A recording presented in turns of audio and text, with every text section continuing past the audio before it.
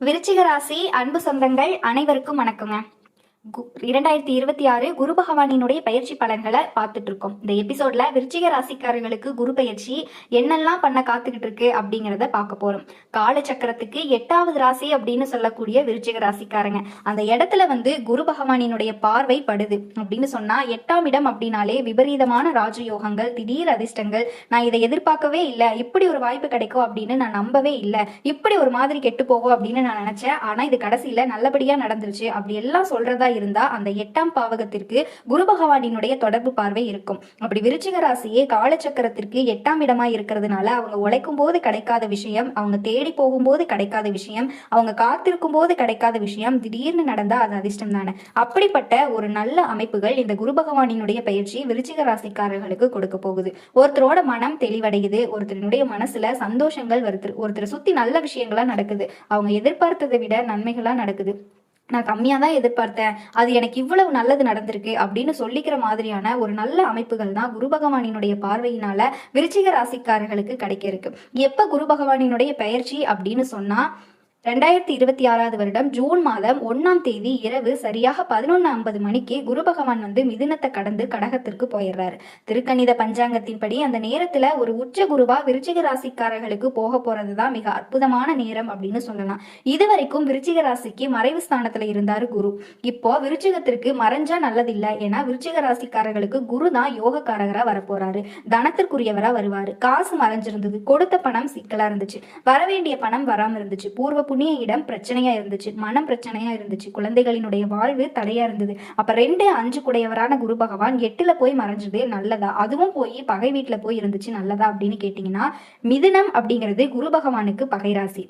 அப்போ தனாதிபதி கொடுத்துட்டு வாங்க முடியல, கெட்ட பேரு, ஒரு வார்த்தையை சொல்லிவிட்டு அந்த வார்த்தையினால நாங்க விடுற ஆள் இருக்கே அப்படின்னு விருச்சிக ராசிக்காரர்கள் கொடுத்த வாக்குறுதியை கூட காப்பாற்ற முடியாம ரொம்ப மனஸ்தாபத்திற்கு ஆட்பட்டு இருப்பாங்க. அந்த அமைப்புகள் இப்ப மாறுது. அப்போ ராசிக்கு பாக்கியஸ்தானம் அப்படின்னு சொல்லக்கூடிய இடத்துல குரு பகவான் உச்சநிலையை அடைகிறாரு.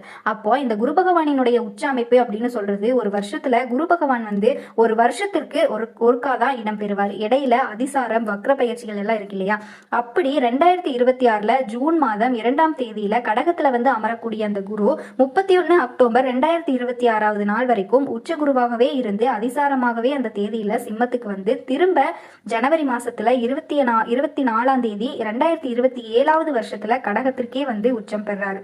ஒரு 3 மாசம் சிம்மத்துக்கு போனாலும் பிரச்சனை இல்லைன்னு சொல்றேன். அப்ப இந்த 3 மாசத்துல அவங்க அதிசார பயிற்சியில என்னென்னலாம் நன்மைகள், ஏன்னா 10ஆம் இடத்துல குரு போகும்போது பதவி, மற்ற விஷயங்கள், பிரச்சனைகள் அப்படியெல்லாம் வருமானு கேட்டா அதிசார பயிற்சியை தனியா பார்க்கலாம். ஏறக்குறைய 2026 ஜூன் மாதத்திலிருந்து 2027 ஜூன் மாதத்துக்கு இடையில அந்த அக்டோபர்ல இருந்து ஜனவரியை கழிச்சுட்டு பாக்கி 9 மாதங்கள் உச்ச அமைப்புகள்ல குரு உட்கார்ந்துருக்கிறது விருச்சிகத்திற்கு ஒரு பொன்னான காலம். அப்போ அந்த ராசியை பார்த்த நல்ல ஒரு மனசு, அந்த மனசுக்கு கிடைக்க வேண்டிய நல்ல உறவுகள், அந்த மனதிற்கு கிடைக்க வேண்டிய நல்ல சூழ்நிலைகள், அவங்களுக்கு ரொம்ப நாளா தடைப்பட்டுக்கிட்டு இருந்த காரியங்கள், அவங்க எண்ணங்கள்ல உதிக்கக்கூடிய நல்ல சிந்தனைகளுக்கு தகுந்த வாய்ப்புகள், இது எல்லாத்தையுமே உச்சகுரு விருச்சிக ராசிக்காரர்களுக்கு எந்த தடைகளும் இல்லாம இந்த இடத்துல முக்கியம் என்ன அப்படின்னா குரு பார்வை நடக்குது. அதுலயும் 12 ஆண்டுகளுக்கு ஒரு முறை கிடைக்கக்கூடிய வாய்ப்பு. உச்ச வீட்டுல குரு உட்கார்றது அந்த நேரத்துல விருச்சிக ராசிக்காரர்களுக்கு ஒரு அமைப்பு கிடைக்கும் போது அந்த ராசி மேல பாவ கிரகங்களினுடைய தொடர்பு இருக்கக்கூடாது. இதுவரைக்கும் விருச்சிக ராசிக்காரர்களை கும்பத்திலிருந்து சனி பகவான் 10வது பார்வையா பார்த்துட்டு இருந்தாரு. அதுவே அதிகமான மன அழுத்தம். அந்த சனியும் கூட உங்களுக்கு மீனத்திற்கு போயிட்டார் இல்லையா. அப்ப கிட்டத்தட்ட திருக்கணித பஞ்சாங்கத்தின்படி 1.5 வருஷ காலமா இவர்களுக்கு சனி பார்வை இல்லாத நேரத்துல குருவினுடைய பார்வை கிடைச்சிருந்தா எங்கேயோ போயிருந்திருப்பாங்க. ஆனா கிடைக்கல, தொட்டது விளங்கல, பாதியில நின்றுச்சு. ஆக பாதியில நின்ன காரியங்களை திரும்ப செய்யக்கூடிய ஒரு அமைப்பை இந்த குரு பெயர்ச்சி இவர்களுக்கு கொடுக்க போகுது. அவர் ராசியை பார்க்கறது ஒரு மிகப்பெரிய சிறப்பு. பாவ கிரகங்களினுடைய தொடர்புகள் இல்லாம குரு பார்க்கறது விருச்சிகத்திற்கு மேன்மை.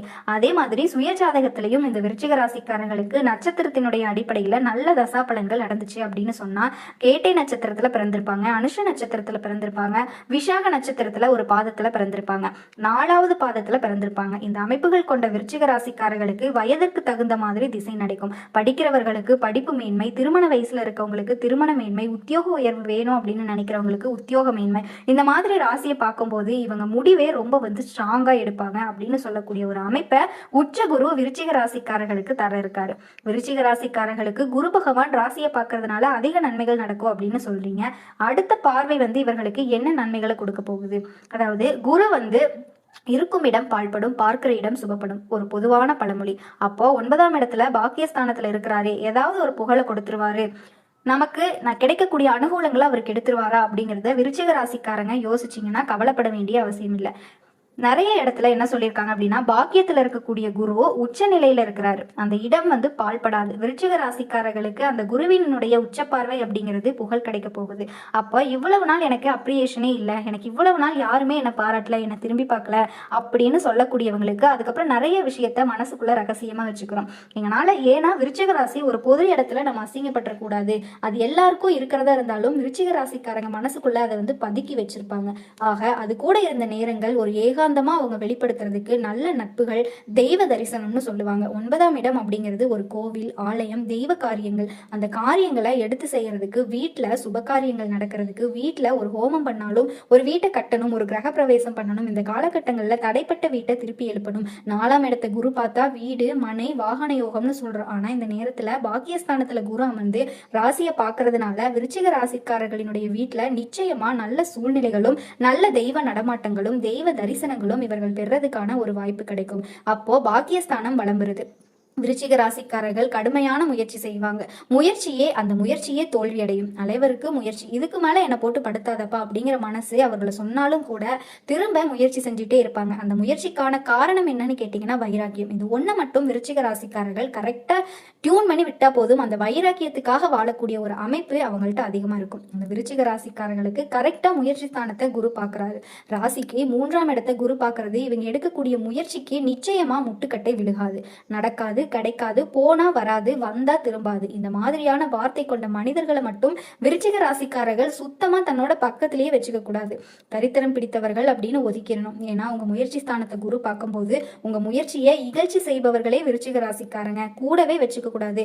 அதை மட்டும் இந்த குரு பயிற்சியில அவங்க கடைபிடிச்சாங்க அப்படின்னா ரொம்ப நல்லா இருக்கும். நெகட்டிவா பேசக்கூடிய எந்த ஒரு வார்த்தைகளுக்கும் விருச்சிக ராசிக்காரர்கள் செவியே சாய்க்காம இருந்தா இந்த முயற்சி ஸ்தானத்தை பார்க்கக்கூடிய குரு பகவான் இவர்களினுடைய முயற்சிக்கு இன்னும் கொஞ்சம் நல்ல வலிமையை கொடுப்பாரு. லேசா அப்படி தள்ளணும் அப்படின்னு நினைச்சா இவர்களை நல்ல முழு பலத்தோட ஒரு உச்சத்திற்கு எடுத்து வரக்கூடிய ஒரு அமைப்பை சுமைதாங்கியா எல்லா பாரத்தையும் சுமந்து கொண்டிருந்த விருச்சிக ராசிக்காரர்களுக்கு, அர்த்தாஷ்டம சனியில அகப்பட்டு கொண்டிருந்த விருச்சிக ராசிக்காரர்களுக்கு, 4ஆம் இடம் சுகஸ்தானத்துல ராகு பகவானால பாதிக்கப்பட்ட விருச்சிக ராசிக்காரர்களுக்கு, 10ஆம் இடங்கள் தொழில்ஸ்தானத்துல கேது இருந்து பல தடைகளை கொடுத்துட்டு இருந்த விருச்சிக ராசிக்காரர்களுக்கு குரு பார்வை அப்படிங்கிறது ராசி முயற்சி ரெண்டையும் பார்க்கறது சுபமான பார்வைன்னு சொல்லலாம், நல்ல பார்வைன்னு சொல்லலாம்.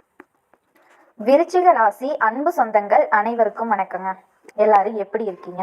இப்ப வரைக்கும் கஷ்ட காலத்துல மட்டும்தான் நீங்க இருக்கீங்கன்னு எனக்கு தெரியுங்க. ஆனா இந்த கஷ்டத்துக்கு எல்லாமே ஒரு தீர்வு தரக்கூடிய வகையில உங்களுக்கு இனி சந்தோஷம் தரக்கூடிய நாட்களா இனி பிறக்க போகுதுங்க.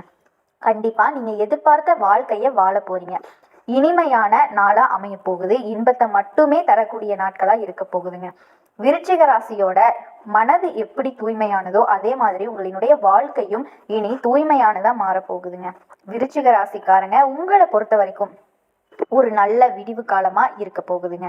என்னமா பெருமையாவே சொல்லிட்டு இருக்கியே, ஆனா எங்களுக்கு எந்த நல்லதும் நடந்த மாதிரி தெரியலையே அப்படின்னு யோசிக்கிறீங்களா? விருச்சிக ராசி அப்படின்னாவே இவங்களை பத்தின மத்தவங்களினுடைய எண்ணம் எப்படி தெரியுமா இருக்கும்? இவனுக்கெல்லாம் என்னடா தெரியும் அப்படிங்கிற மாதிரி யோசிப்பாங்க. இவெல்லாம் என்ன பண்ணிருவா அப்படியெல்லாம் யோசிச்சுட்டு இருப்பாங்க. சொல்ல போனா உங்களை ஒரு துச்சமா நினைச்சிருப்பாங்க. வீட்டுல இருக்கவங்களே அட இது வேண்டாத பீஸு, எங்கேயாவது வீட்டுல சுத்திட்டு கிடக்கும் அப்படின்னு நினைப்பாங்க. ஆனா இவங்களினுடைய அருமை பெருமை தெரியுமா உங்களுக்கு? ஆன்மீகம் முதல் அறிவியல் வரைக்கும் எல்லாமே தெரிஞ்சு வச்சிருப்பாங்க. குறிப்பா இவங்க நியாயத்தின் பக்கம் நிற்பாங்க. மென்மையானவங்க, விட்டு கொடுக்கக்கூடிய மனம் படைச்சவங்க, எல்லாருக்கும் உதவணும் அப்படிங்கிற குணம் இருக்கும். நீ யாரு என்னன்னு தெரியாதவங்க கூட உதவி கேட்டீங்க அப்படின்னா சரி இருப்பா இந்தாப்பா அப்படிங்கிற மாதிரி தாங்கிட்ட இருக்கிறத கொடுக்கக்கூடிய ஒரு குணாதிசயம். யாருக்குங்க இவ்வளவு பெரிய மனசு இருக்கும் சொல்லுங்க பார்க்கலாம்? தெரிஞ்சவன்கிட்ட கேட்டாலே வச்சுக்கிட்டு இல்லைன்னு மறைக்கக்கூடிய காலத்துல தெரியாதவங்க அந்த உதவி கேட்டாலும் அழகா செய்யக்கூடியவங்க. குறிப்பா இவங்க மத்தவங்களை வழி நடத்துவாங்க. தனக்கு ஒரு விஷயம் தெரியுதுன்னு வச்சுக்கோங்க, அதை மறைச்சு வச்சுக்கிட்டு நான் மட்டும் உயரணும் அப்படின்னு நினைக்கிறவங்க கிடையவே கிடையாது. தனக்கு தெரிஞ்சது 10 பேர் வாழ்ந்துட்டு போகட்டும், நல்லா இருங்க, எதுவும் நீங்க என்னோட பொழப்ப கெடுக்க போறதில்லை இல்ல, நான் சொல்லி கொடுக்கறதுனால உங்க பழப்பு நல்லா இருக்க போகுது. இப்படிப்பட்ட ஒரு அற்புதமான குணம் படைச்சதுங்க. தூய உள்ளத்துக்கு சொந்தக்காரங்க. விறுவிறுன்னு பேசுறதுனாலையும் விறுவிறுன்னு இவங்களுடைய செயல்பாடுகள் இருக்கிறதுனாலையும் இவங்க என்னதான் வந்துட்டு கொட்டக்கூடிய குணம், அதாவது படபடன்னு பேசுறதுனால கொஞ்சம் எடுத்தெறிஞ்சு பேசுற மாதிரி உங்களுக்கு தோற்றம் இருந்தாலுமே உங்களோட மனசளவுல ஒண்ணுமே இருக்காது. சூதுவாது தெரியாது, பகைமை பாராட்ட தெரியாது. என்ன கொஞ்சம் முன்கோபம் வரும். நல்லது கெட்டது தெரியாததுனால எது நல்லது எது கெட்டது, யார் நல்லவங்க யார் கெட்டவங்கன்னு எதுவுமே தெரியாம மொத்தமா எல்லார்கிட்டையும் ஒரே மாதிரி பழகிறதுனால நிறைய இடங்கள்ல அடி மேல அடி இடி மேல இடி நிறைய பணத்தை இழந்து இருக்கீங்க. கொஞ்சம் கொஞ்சம் துரோகத்தை அனுபவிக்கலைங்க. இப்ப வரைக்குமே வயசு 60 ஆகும், ஆனா இப்ப வரைக்கும் ஏமாந்துதான் நின்றுட்டு இருப்பீங்க. நம்ம சொல்லக்கூடிய விஷயங்கள் விருச்சிக ராசிக்காரங்க உண்மைனா கண்டிப்பா கமெண்ட் பாக்ஸ்ல பதிவிடுங்க. உங்களை பொறுத்த வரைக்கும் இப்படிப்பட்ட குணாதிசயங்கள் எல்லாம் ரொம்ப கஷ்டப்படுத்தின நாட்கள் எல்லாமே போயிடுச்சுங்க. அந்த நாட்களை எல்லாம் விட்டுருவோம். இப்ப நான் கேட்டேன்னு வச்சுக்கோங்களேன், விருச்சிக ராசி என்ன சொல்லுவீங்கன்னா, அட போமா, என் வாழ்க்கை அப்படி இருக்கு இப்படி இருக்கு இப்படியாச்சு, அவங்க ஏமாத்துறாங்க இவங்க ஏமாத்துறாங்க இப்படி எல்லாம் நடந்துச்சு, ஆனா இப்படிதான் நான் நடந்துக்கிட்டேன் இப்படிதான் ஆரம்பிப்பீங்க. ஆனா அதுக்கு எல்லாமே ஒரு தீர்வா இனி வரக்கூடிய நாட்கள் உங்களுக்கு வருதுங்க. நடந்ததை எல்லாம் விட்டுருவோம். நடக்க போறத நினைச்சு சந்தோஷப்பட்டுக்கிட்டு வரக்கூடிய நாட்களை வரவேற்று வாய்ப்பை கரெக்டா பயன்படுத்திக்கலாங்க. உங்களை பொறுத்த வரைக்கும் பதவிகள் கிடைக்கும், வேலை திறமைகள் உங்களினுடைய தகுதிக்கு ஏற்ப நல்ல வேலை அமையுங்க. அதிகார பதவி கிடைக்கும், அதிகார பதவியில் இருக்கக்கூடிய உங்களுக்கு ஆதரவு கிடைக்குங்க. குறிப்பா சில நேரங்கள்ல டென்ஷனா இருந்திருப்பீங்க, மன உளைச்சல்ல இருப்பீங்க, வேலை சுமை அதிகமா இருந்திருக்கும், வீண் பழி சுமத்தி இருப்பாங்க, உடல் ஆரோக்கியம் உங்களுக்கு பெருசா சப்போர்ட் பண்ணியிருக்காது, செரிமான கோளாறு, இந்த மாதிரி விஷயங்கள் எல்லாமே இப்ப மறைய போகுது. மறைமுக எதிரிகள் கூட இனம் கண்டறிவீங்க, அவங்கள ஒழிச்சு கட்டிடுவீங்க. சொல்ல போனா உங்க எதிரிகள் கூட இப்போ உங்களுக்கு நண்பர்களா மாத்துவாங்க. அட இவன் குணம் தெரியாம இருந்துட்டமே, இவனை எதிரியா நினைச்சிட்டேன்பா, இவ்வளவு நல்ல பிள்ளைங்களா இருக்காங்களே அப்படிங்கிற மாதிரின்னு வச்சுக்கோங்களேன். உங்க மனசுல ஒரு வித போராட்டம் எழுந்திருக்கும். அந்த போராட்டத்துக்கு எல்லாம் ஒரு முடிவு வரப்போகுது.